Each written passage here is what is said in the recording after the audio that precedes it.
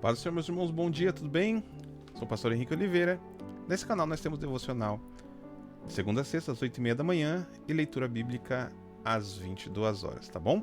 Se você é novo por aqui, curta, comente, compartilhe esse vídeo para a gente alcançar o maior número de pessoas apaixonadas pela palavra do Senhor. Nós estamos aí numa série de devocionais baseados na vida de José. E nós já vimos aí ao longo de 6 vídeos, 6 devocionais, todas as provações de José, o caminho de José, até chegar no momento em que Deus planejou para ele. Deus colocou para José, né? O que Deus planejou para ele, um momento em que Deus mudaria o cativeiro de José. Vai chegar nesse devocional, a gente vai ver isso agora. Acompanhe comigo. A gente vai ver José, mais uma vez, usando aquele dom que Deus o deu, né, de interpretação de sonho.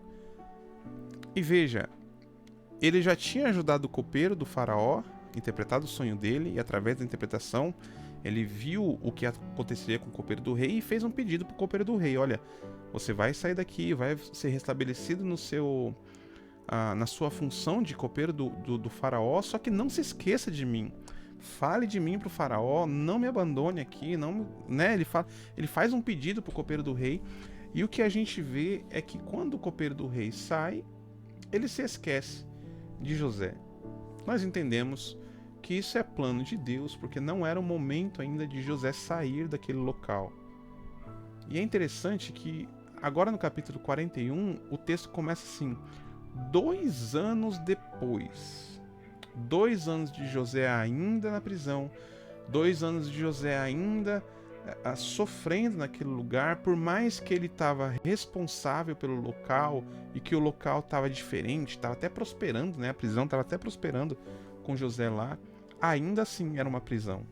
Mesmo um local melhorado agora com a vinda de José, onde José colocava a planta do pé, prosperava, onde José começava a trabalhar, Deus estendia as mãos e prosperava, mas ainda assim era uma prisão. Ainda assim ele tinha sido vendido, ainda assim ele estava como escravo, ainda assim agora preso, ainda assim ele estava num local desconfortável, um local de sofrimento, privado de liberdade. Não era um local bom, por mais que ali ele foi abençoado e o que ele colocou a mão prosperou, por mais que tenha sido assim, ainda era um local ruim, ainda era um local em que ele tinha privação de liberdade. 2 anos se passam, ainda nesse cenário. O faraó teve um sonho. E quando a gente entende que Deus está no controle de todas as coisas, o sonho do faraó não é diferente. Deus envia um sonho para Faraó que incomoda Faraó. Ele vai ver, e a gente vai ver aqui, ó. Faraó teve um sonho. Ele estava em pé junto ao rio Nilo quando saíram do rio 7 vacas belas e gordas que começaram a pastar entre os juncos. Depois saíram do rio mais 7 vacas feias e magras que foram para junto das outras à beira do Nilo. Então as vacas feias e magras comeram as 7 vacas belas e gordas. Nisso o faraó acordou. Tornou a adormecer e teve outro sonho. 7 espigas de cereal, graúdas e boas, cresciam no mesmo talo. Depois delas brotaram outras 7 espigas mirradas e ressequidas pelo vento leste. As espigas mirradas engoliram as espigas graúdas e cheias. Então o faraó acordou. Era um sonho. Pela manhã, perturbado, mandou chamar todos os magos e sábios do Egito e lhes contou os sonhos, mas nenhum deles foi capaz de interpretá-los. Olha isso. Então, o chefe dos copeiros disse ao faraó: hoje me dou conta do erro que cometi. Olha que profundo isso, né? Muitas vezes a pessoa que pode nos ajudar foi aquela pessoa que a gente já conversou, já falou dos nossos problemas, né? Já pediu ajuda, mas ela simplesmente esqueceu, simplesmente abandonou. Imagine José esses 2 anos falando assim: eu interpretei o sonho do copeiro. Com certeza José ficou sabendo que ele foi restabelecido para o seu cargo, e José na prisão falando assim: rapaz, aquele copeiro me esqueceu. Aquele copeiro saiu daqui e simplesmente me abandonou. Mas tudo tem o tempo determinado por Deus, tudo tem o tempo certo para o Senhor. E o copeiro então se lembrou de José. E ele fala para o faraó: hoje me dou conta do erro que cometi. Aí ele vai falar: certa vez o faraó ficou irado com 2 dos servos e mandou prender-me com o chefe dos padeiros, na casa do capitão da guarda. Uma noite, cada um de nós teve um sonho e cada sonho tinha uma interpretação. Havia lá conosco um jovem hebreu, servo do capitão da guarda. Contamos a ele os nossos sonhos, e ele os interpretou, dando a cada um de nós a interpretação do seu próprio sonho. Tudo aconteceu exatamente como a interpretação que ele nos deu. Eu fui restaurado à minha posição e o outro foi enforcado. 2 frases lindas. Hoje me dou conta do erro que cometi, esqueci José. E a segunda frase, havia lá conosco um jovem hebreu. Havia lá conosco um jovem servo de Deus. Havia lá conosco um jovem escolhido por Deus. Eu me lembro agora de José, e ele conta a Faraó sobre José. O Faraó manda chamar José imediatamente, e José foi trazido depressa do calabouço.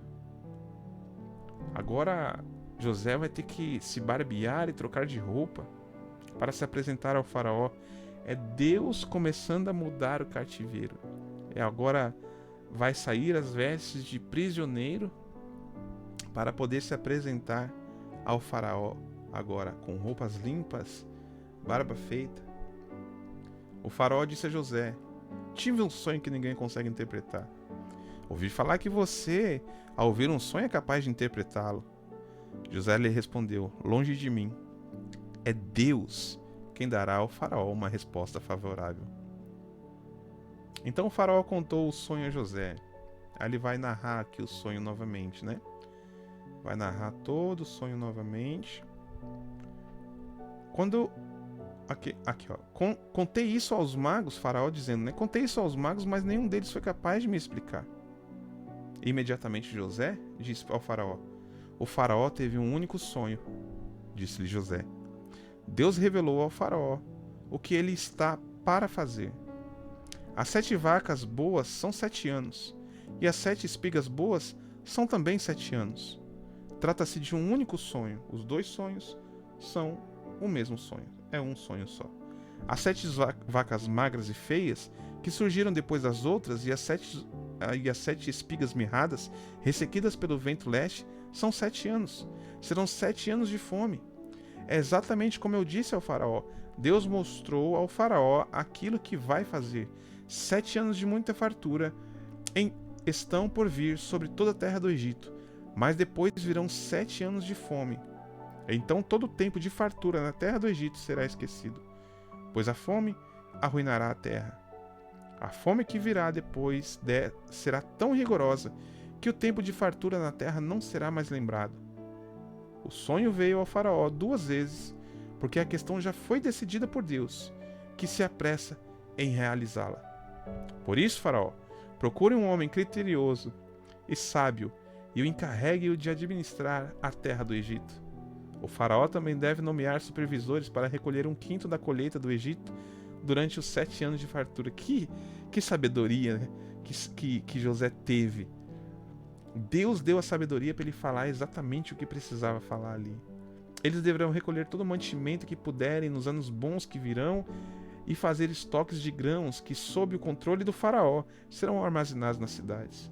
Esse estoque de mantimento servirá de reserva para os 7 anos de fome que virão sobre o Egito, para que a terra não seja arrasada pela fome. O plano pareceu bom ao Faraó e a todos os seus oficiais. Por isso o faraó lhes perguntou: será que vamos achar alguém como este homem em quem está o Espírito de Deus? Entenda isso. Faraó era líder de uma terra pagã, de uma terra politeísta, cheia de deuses, de deuses. Mas quando ele olha para José, ele fala assim: será que existe homem melhor do que esse? Será que existe alguém como este homem em quem está o Espírito de Deus? Então o faraó disse a José: aqui é o ponto. Uma vez que Deus lhe revelou todas essas coisas, não há ninguém tão criterioso e sábio como você. Você será encarregado da minha casa e de todo o meu povo, e todo o meu povo acatará suas ordens. Somente em relação ao trono serei maior que você. O faraó prosseguiu: entrego a você agora o comando de toda a terra do Egito. Em seguida, o faraó tirou do dedo seu anel oficial e o colocou no dedo de José. Ele o vestiu com roupas de linho fino e lhe colocou no pescoço uma corrente de ouro. Também o fez subir na carruagem do vice-regente que lhe pertencia. À frente iam gritando: ajoelhem-se. Assim, José foi posto no comando de toda a terra do Egito. O faraó disse ainda a José: eu sou o faraó, mas sem a sua palavra ninguém poderá levantar a mão nem o pé em todo o Egito. O faraó deu a José o nome de Zafenate-Paneia. Ele deu por mulher Asenate, filha de Potífara, sacerdote de On. Depois, José viajou por toda a terra do Egito. José tinha 30 anos de idade quando se apresentou diante do faraó, rei do Egito. 30 anos de idade. Foram 13 anos de duras provações, 13 anos de privação da família, 13 anos de sofrimento com os irmãos, 13 anos vendido como escravo para os midianitas, depois vendido à casa de Potifar, na casa de Potifar caluniado, jogado na prisão. 13 anos, 11 anos se passam, ele encontra o copeiro do rei. Talvez ali acendeu uma luz de esperança em José, mas não, tinha mais 2 anos pela frente de sofrimento. Mas como o choro dura uma noite, a noite de José durou 13 anos. A Bíblia diz que a alegria vem pela manhã. A alegria chegou, o momento de liberdade, o momento de ser honrado por Deus, chegou na vida de José. O que a gente aprende é que toda aprovação, por mais severa que seja, por mais difícil que seja, ela tem o tempo de início, tem o tempo do meio, e tem alguns momentos que até dá a esperança que vai acabar, mas ainda tem mais um pouquinho que Deus quer trabalhar nas nossas vidas para nos preparar para um momento melhor. Toda aprovação é para fazer do crente um crente melhor, um servo de Deus melhor. Deus chama atenção, Deus prova, Deus disciplina aqueles a quem Ele ama. Eu não sei se você está passando por uma aprovação neste momento, uma aprovação tão difícil, né? Que às vezes você pensa em parar. Mas o Senhor está dizendo assim para você: aprovação nenhuma mata o crente, o Filho de Deus. Provações são para colocar o servo de Deus numa posição melhor. E eu não digo posição financeira, eu digo posição melhor em todos os sentidos: espiritual, sentimental, material. Muitas vezes as pessoas pensam que posição melhor é só posição financeira. Não, é muito mais que isso. É ter prosperidade em todas as áreas da vida. É aonde colocar a mão, o local prospera. Aonde colocar a mão, a obra prospera. Aonde colocar a planta dos pés, esse lugar prospera. É isso que Deus tem para cada um de nós. A vida de José é um exemplo para cada um de nós. Não acabou ainda, tá? Tem mais. Mas é um exemplo para cada um de nós, para que a gente persevere na aprovação, para que perseverando que a nossa perseverança tenha ação completa, para que a gente seja maduro e íntegro, para estar prontos para receber tudo aquilo que Deus tem para cada um de nós. Olhe esses textos, avalie esses textos e aplique os textos na sua vida, que você vai ver o que Deus pode fazer por você. Amém? Deus abençoe e deixa eu orar por você nesta manhã. Pai, mais uma vez te damos graças, porque o Senhor tem nos ajudado, o Senhor tem nos instruído, o Senhor tem nos guardado. Pai, que lição que nós aprendemos hoje da vida do teu servo José. Sabemos que toda aprovação tem seu início, seu meio e seu fim. O que nós pedimos é que o Senhor nos guarde, nos proteja e nos sustente até o fim da aprovação, para que ao final dela a gente possa ser maduro e íntegro na tua presença. Proteja-nos com a destra da sua mão, com as suas mãos poderosas, para que a gente seja sustentado até o momento que o Senhor quiser trazer aquilo que o Senhor prometeu para cada um de nós.